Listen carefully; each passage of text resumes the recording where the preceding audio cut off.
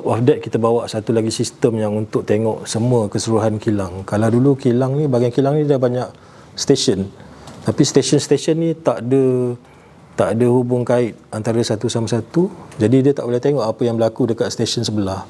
So bila ada sistem, kontrol sistem yang kita bina ni dan POMIS ni, so macam contoh, manager dia boleh tengok apa berlaku kat kilang secara terus melalui PC lah, kalau kita ada PC kan. Kalau di kilang memang kontrol sistem tu dibuat di dalam bilik kawalan lah. Tapi kalau sekarang ni possible untuk kawal melalui handphone atau web, sebab kita pun dah ke arah situ.